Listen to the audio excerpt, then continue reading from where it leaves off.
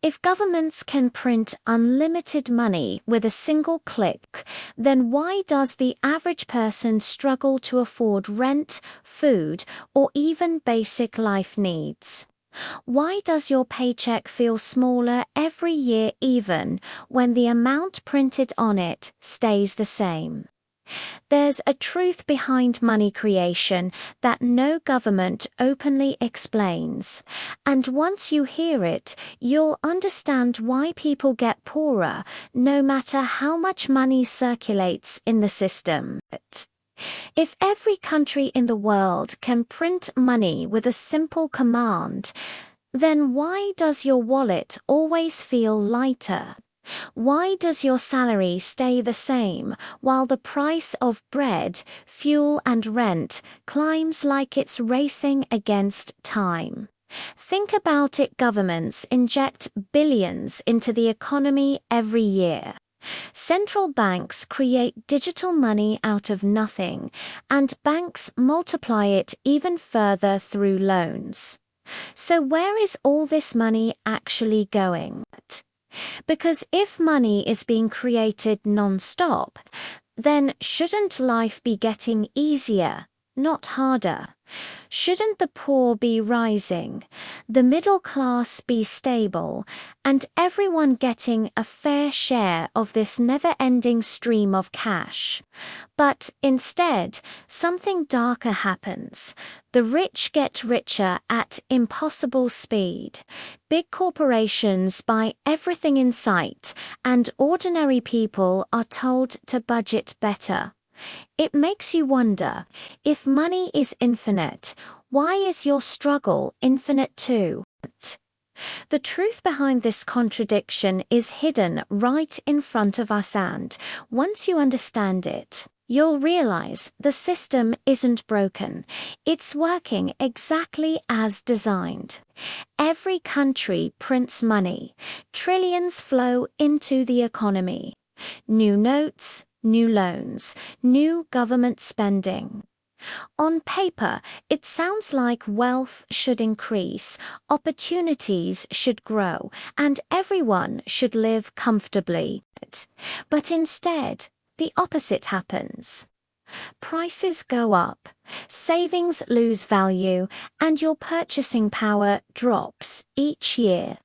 So what's really happening? Why does printing more money not make people richer, but actually make them poorer? Today, we'll break down the hidden mechanics of money creation, the secret role of banks, and how inflation silently eats your wealth while you sleep. By the end, you'll understand the system in a way most people never do. Money printing isn't what most people imagine. Governments don't just run machines and flood the streets with cash. Instead, money is created when banks issue loans. Every time someone takes a mortgage, a car loan, or a business loan, new money appears in the system out of thin air. But here's the catch. The bank creates the principal, not the interest. That interest must come from somewhere else, meaning more money must be created, more debt must be issued, and the cycle continues forever. This system forces constant inflation, because when money supply increases faster than actual goods or services, prices rise. A loaf of bread doesn't become better just becomes more expensive because there's more money chasing the same thing. Meanwhile, wages do not keep up. Workers get small raises, but prices jump much faster. That gap, that's the silent theft of your wealth. Here's the real twist. The more money is printed, the richer asset owners become, the poorer wage earners get. Why? Because new money first enters the hands of banks, corporations, and wealthy investors. They buy stocks, land, and property before prices rise. By the time money reaches you, inflation has already eaten a big chunk of it. So, yes, every country prints money. But the money doesn't go to you. It goes to the top of the system, and by the time it trickles down, it's worth far less. That's why we remain broke, not because money is scarce, but because the system is designed to push wealth upward while pushing costs downward onto the average person.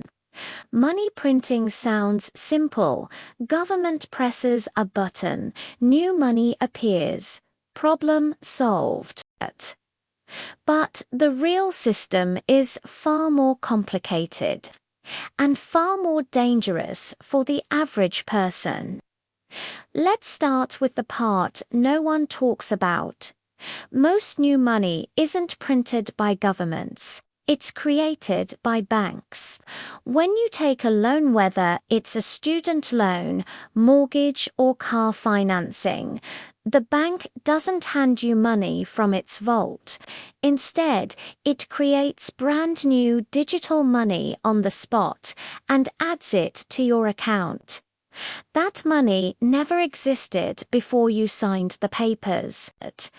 But here's the deadly twist. The bank creates the loan amount, but not the interest.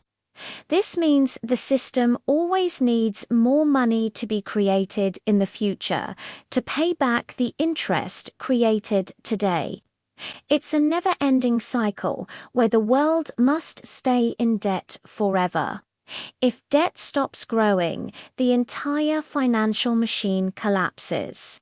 That's why countries are always borrowing. That's why governments can't stop printing. And that's why inflation never truly goes away. But this new money doesn't flow equally. It enters the economy from the top through banks, corporations, hedge funds, and governments. These powerful players get the money before prices rise. They use it to buy assets, land, property, then inflation hits. By the time this new money reaches ordinary people, everything has already become more expensive. The house they were saving for, now out of reach. The groceries they buy every week, more expensive than ever. Their savings, worth less than last year. This phenomenon has a name, the Cantillon effect.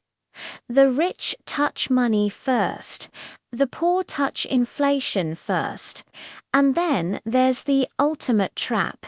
Printing money does not create wealth, it only redistributes it. When new money is poured into the system, it doesn't magically produce more food, more houses, or more cars. It just increases the amount of money competing for the same limited amount of goods. That means prices must rise. But wages don't rise at the same speed. Your employer doesn't raise your salary every time the government prints more money. Corporations actually benefit when your purchasing power drops because they can keep wages low while prices climb higher. This is why your expenses grow, your income doesn't, your savings lose value, your future becomes more expensive. You're not going broke because you made mistakes. You're going broke because the system is designed to take from the bottom to feed the top. Every time money is printed, the wealthy gain more assets, more power, and more control, while ordinary people lose time, lose savings, and lose hope. That's why we stay broke even when trillions are created every year, because the money isn't meant for us. It never was. So when people ask, if every country prints money, why are we still broke? The answer is simple, but terrifying. Because the money isn't made for us. It's made at our expense. We are living inside a system where the rules were written decades ago, designed to keep wealth flowing upward while the rest of us run faster just to stay in the same place. Every year, prices rise, savings shrink, and the dream of stability moves further away, not because we failed, but because the system was never built for us to win. But knowledge is the first step out of this trap. The more you understand how money really works, the harder it becomes for anyone to manipulate you, pressure you, or convince you that your struggle is your fault. And if this video opened your eyes even a little, then imagine what the next one will do.